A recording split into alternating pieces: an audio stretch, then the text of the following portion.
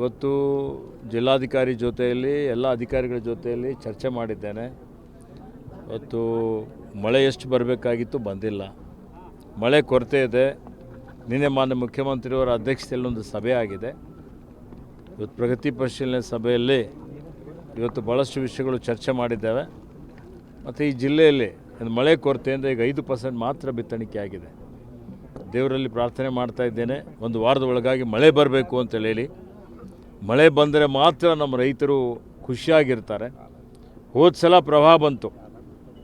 ಪ್ರವಾಹ ಬಂದು ಬೆಳೆ ಹಾನಿಯಾಗಿದ್ದಂಥ ಸಂದರ್ಭದಲ್ಲಿ ಸರ್ಕಾರದ ವತಿಯಿಂದ ಸುಮಾರು 360 ಕೋಟಿ 50 ಕೋಟಿ ರೂಪಾಯಿ ಪರಿಹಾರ ಕೊಟ್ಟಿದ್ದೇವೆ. ಅದೇ ರೀತಿಯಲ್ಲಿ ಇಡೀ ಜಿಲ್ಲೆಯ ಇತಿಹಾಸದಲ್ಲಿ ಎಲ್ಲಕ್ಕಿಂತ ಹೆಚ್ಚಿನ ಒಂದು 240 ಕೋಟಿ ಬೆಳೆ ವಿಮೆ ಇವತ್ತು ಈಗಾಗಲೇ ನಾವು ಪರಿಹಾರದಲ್ಲಿ ಸುಮಾರು 150 ಕೋಟಿ ಬಿಡುಗಡೆ ಆಗಿದೆ. ಇನ್ನೂ ಒಂದು 80-90 ಕೋಟಿ ಬಿಡುಗಡೆ ಆಗಬೇಕಾಗಿದೆ. ಅಂದರೆ ಭಾಳ ಶ್ರಮಪಟ್ಟು 240 ಕೋಟಿ ಬೆಳೆ ವಿಮೆ ನಾನು ಬಿಡುಗಡೆ ಮಾಡಿಸಿದ್ದೇನೆ. ಸಂಸದರಾದಂಥ ಸಾಗರ್ ಖಂಡ್ರೆ ಅವರು, ರಹೀಮ್ ಖಾನ್ ಅವರು ಭಾಳಷ್ಟು ಶ್ರಮ ಮಾಡಿದ್ದಾರೆ, ಪ್ರಯತ್ನ ಮಾಡಿದ್ದಾರೆ. ಹೀಗಾಗಿ ಈ ಸಲ ಏನು ಗೊಬ್ಬರದ ಕೆಲವೊಂದು ಕೊರತೆ ಇದೆ. ಈಗಾಗಲೇ ಕೃಷಿ ಇಲಾಖೆ ಅಧಿಕಾರಿಗಳ ಜೊತೆಯಲ್ಲಿ ಮಾತನಾಡಿದ್ದೇನೆ, ಮುಖ್ಯಮಂತ್ರಿಗಳ ಗಮನಕ್ಕೂ ತಂದಿದ್ದೇನೆ. ಬೇರೆ ಬೇರೆ ಗೊಬ್ಬರ ಇದ್ದರೂ ಕಾಂಪ್ಲೆಕ್ಸ್ ಇದೆ, ಆದರೆ DAP ಮಾತ್ರ ಕೊರತೆ ಇದೆ.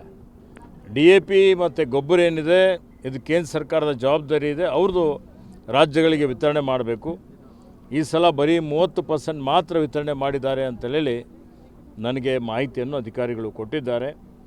ಕೇಂದ್ರದವರು ಯುದ್ಧ ಇದೆ, ಪೆಟ್ರೋಲಿಯಂ ಪ್ರಾಡಕ್ಟ್ಸ್ದ ಪ್ರೈಸಸ್ ಎಲ್ಲ ಜಾಸ್ತಿ ಆಗಿದೆ. ಇವತ್ತು ಗೊಬ್ಬರ ಉತ್ಪಾದನೆ ಮಾಡಲಿಕ್ಕೆ ಏನು ರಾ ಮಟೀರಿಯಲ್ ಬೇಕು, ಕಚ್ಚಾ ವಸ್ತು, ಅದು ಭಾಳಷ್ಟು ಆಮದು ಮಾಡಿಕೊಳ್ಬೇಕಾಗ್ತದೆ. ಈ ಒಂದು ವಿಚಾರವನ್ನು ಇವತ್ತು ಅವರು ಹೇಳ್ತಾ ಇದ್ದಾರೆ. ಆದರೂ ರಾಜ್ಯ ಸರ್ಕಾರದ ವತಿಯಿಂದ ಪ್ರಯತ್ನ ಮಾಡ್ತಾ ಇದ್ದೇವೆ. ಹೆಚ್ಚುವರಿ ಗೊಬ್ಬರ ತರಿಸಬೇಕು ಅಂತೇಳಿ ಜಿಲ್ಲಾಧಿಕಾರಿ ಅವರಿಗೆ ಹೇಳಿದ್ದೇನೆ. ಎಲ್ಲಾದರೂ ಬಫರ್ ಸ್ಟಾಕ್ ಇದ್ದರೆ ಅದನ್ನು ಬೀದರ್ ಜಿಲ್ಲೆಗೆ ತರಿಸಿ ಗೊಬ್ಬರ ಪೂರೈಕೆ ಮಾಡುವಂಥ ಒಂದು ಪ್ರಯತ್ನವನ್ನು ನಾವು ಮಾಡ್ತಾ ಇದ್ದೇವೆ. ಮತ್ತು ಇವತ್ತು ಯಾರು ಶಾಪ್ನವರಿದ್ದಾರೆ, ಗೊಬ್ಬರ ಏನಾದರೂ ಕಾಳಸಂತೆಯಲ್ಲಿ ಮಾರಾಟ ಮಾಡಿದ್ದರೆ ಅಂಥವ್ರ ಮೇಲೆ ಕಠಿಣವಾದಂಥ ಒಂದು ಕ್ರಮ ತೆಗೆದುಕೊಳ್ಳಲಾಗುವುದು ಅನ್ನುವಂಥ ಒಂದು ಎಚ್ಚರಿಕೆಯನ್ನು ತಮ್ಮ ಮುಖಾಂತರ ನಾನು ಎಲ್ಲರಿಗೆ ಕೊಡಲಿಕ್ಕೆ ಇಷ್ಟಪಡ್ತಾ ಇದ್ದೀನಿ.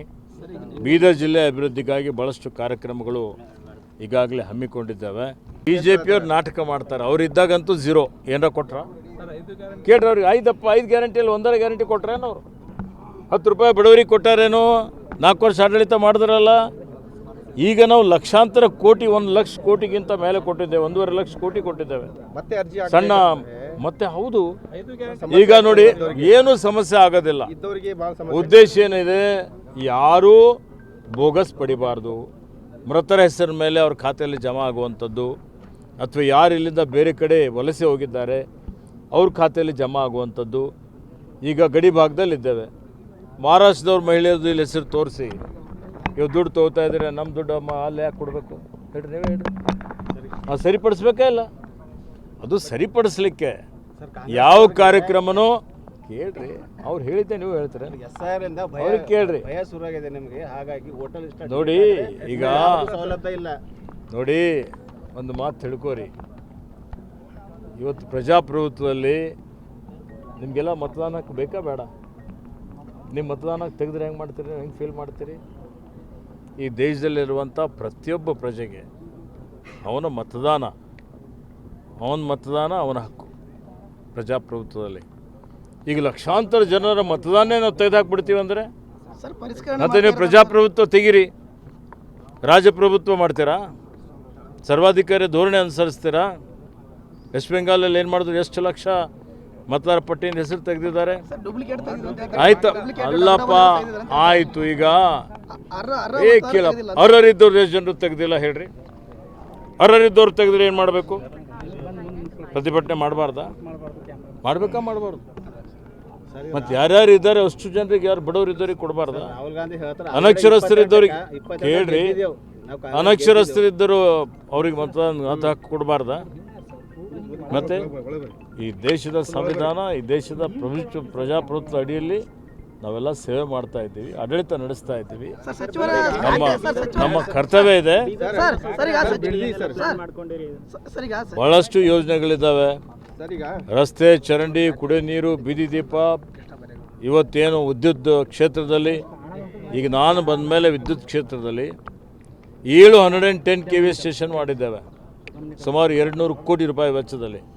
ಬಾಲ್ಕಿಯಲ್ಲಿ ಒಂದು 200 ಕೋಟಿ ರೂಪಾಯಿ ವೆಚ್ಚದಲ್ಲಿ 220 KV ಸ್ಟೇಷನ್ ಆಗ್ತಾಯಿದೆ. ಇನ್ನೊಂದು ಹುಮ್ನಾಬಾದಲ್ಲಿ ಸುಮಾರು 1500 ಕೋಟಿ ರೂಪಾಯಿ ವೆಚ್ಚದಲ್ಲಿ 440 KV ಸ್ಟೇಷನ್ ಆಗ್ತಾಯಿದೆ. ಇಷ್ಟು ಸ್ಟೇಷನ್ಗಳ ಹಿಂದೆ ಯಾವ ಥರ ಆಗಿತ್ತಾ ಹೇಳಿ? ಇವತ್ತು ನಾವು ನೀರಾವರಿ ಯೋಜನೆ ಇನ್ನೂ ಜಾಸ್ತಿ ಮಾಡಲಿಕ್ಕೆ ಪ್ರಯತ್ನ ಮಾಡ್ತಾ ಇದ್ದೇವೆ. ಶಾಲೆಗಳು ಮಂಜೂರಾತಿ ಮಾಡಿಕೊಟ್ಟಿದ್ದೇವೆ, ವಸತಿ ಶಾಲೆಗಳು ಮಂಜೂರಾತಿ ಮಾಡಿದ್ದೇವೆ. KKRDB ಯೋಜನೆ ಅಡಿಯಲ್ಲಿ ಭಾಳಷ್ಟು ಆರೋಗ್ಯ ಕ್ಷೇತ್ರದಲ್ಲೂ ಇವತ್ತು ಸುಧಾರಣೆ ಮಾಡುವಂಥ ಕೆಲಸ ಕಾರ್ಯ ಮಾಡ್ತಾ ಇದ್ದೇವೆ. ಅಭಿವೃದ್ಧಿ ನಿರಂತರವಾಗಿ ನಡೀತದೆ. ನಮ್ಮ ಕಾರ್ಯಕಾಲದಲ್ಲಿ ಏನಿದೆ ನಡೀತದೆ. ಇವರೆಲ್ಲ ಅಭಿವೃದ್ಧಿ ವಿರೋಧಿಗಳಿದ್ದಾರೆ. ಅಭಿವೃದ್ಧಿ ವಿರೋಧಿಗಳು ಯಾವಾಗಲೂ ಹೊಟ್ಟೆ ಕಿಚ್ಚು ಕೇಳ್ರಿ, ಹೊಟ್ಟೆ ಕಿಚ್ಚಿರ್ತದೆ ಇವರಿಗೆ, ಗೊತ್ತಾ? ನಾವಿದ್ದಾಗ ಆಗಿಲ್ಲ. ಈಗ ಈಶ್ವರ್ ಖಂಡ್ರೆ ಮಂತ್ರಿ ಇದ್ದಾಗ ಇಷ್ಟು ಹೆಂಗೆ ಕೆಲಸ ಆಗ್ಲತ್ತವಪ್ಪ. ಈಗ ಜಿಲ್ಲಾಡಳಿತದ ಇತ್ತು, ಆಯಿತಾ? ಮತ್ತು ಈಶ್ವರ್ ಖಂಡ್ರೆ ಮಂತ್ರಿ ಇದ್ದಾಗ ಹೆಂಗಾಯ್ತದು? ಕಾಮಗಾರಿ ಪ್ರಾರಂಭ ಆಗಿದೆ. ಈ ವಿಮಾನಯಾನ ಇತ್ತು, ಕೇಳ್ರಿ. ಡಬಲ್ ಇಂಜಿನ್ ಸರ್ಕಾರ ಇತ್ತು.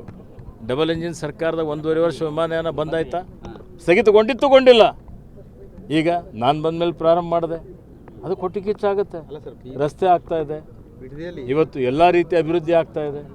ಅಭಿವೃದ್ಧಿ ನೋಡಿ ಹೊಟ್ಟೆ ಕಿಚ್ಚಿನಿಂದ ವಿರೋಧ ಪಕ್ಷದವರು ಇಂಥ ಹೇಳಿಕೆಗಳು ಕೊಡ್ತಾರೆ. ಜನ ಜಾಗೃತರಾಗಿದ್ದಾರೆ. ಅವರ ಹೇಳಿಕೆಗಳಿಗೆ ಯಾವುದೇ ಬೆಲೆ ಇಲ್ಲ.